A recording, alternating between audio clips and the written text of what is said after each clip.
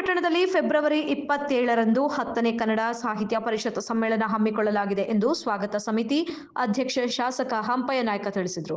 ರಾಯಚೂರು ಜಿಲ್ಲೆಯ ಮಾನ್ವಿ ಪಟ್ಟಣದ ಪ್ರವಾಸಿ ಮಂದಿರದಲ್ಲಿ ಶನಿವಾರ ಸುದ್ದಿಗೋಷ್ಠಿಯಲ್ಲಿ ಮಾತನಾಡಿ, ಫೆಬ್ರವರಿ 27ರಂದು ವಾಸವಿ ಕಲ್ಯಾಣ ಮಂಟಪದಲ್ಲಿ ಸಮ್ಮೇಳನ ಹಮ್ಮಿಕೊಳ್ಳಲಾಗಿದ್ದು, ಕನ್ನಡಾಭಿಮಾನಿಗಳು ಹೆಚ್ಚಿನ ಸಂಖ್ಯೆಯಲ್ಲಿ ಭಾಗವಹಿಸಬೇಕು ಎಂದು ಕರೆ ನೀಡಿದರು.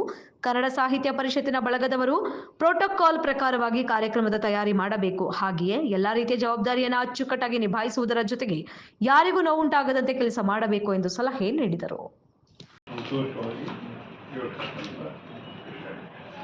ಆಮೇಲೆ ಇನ್ನು ಈ ಥರ ಯಾವುದೇ ತಮಗೆ ಹೆಚ್ಚಿನ ರೀತಿಯಲ್ಲಿ ಮಾಡಬೇಕು ಮಾಡುವುದು ಅಂತಕ್ಕಂಥ ಇನ್ನೊಂದು ಸರ್ತಿ ತಾವು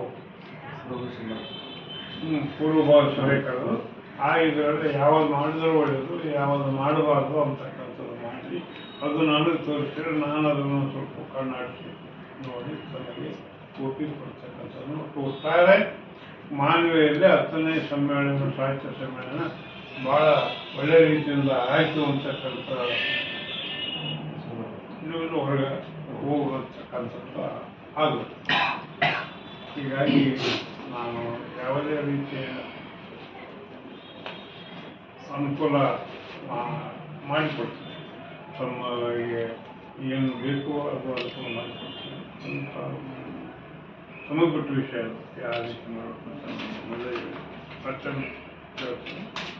27ನೇ ಫೆಬ್ರವರಿ 27/2/2025.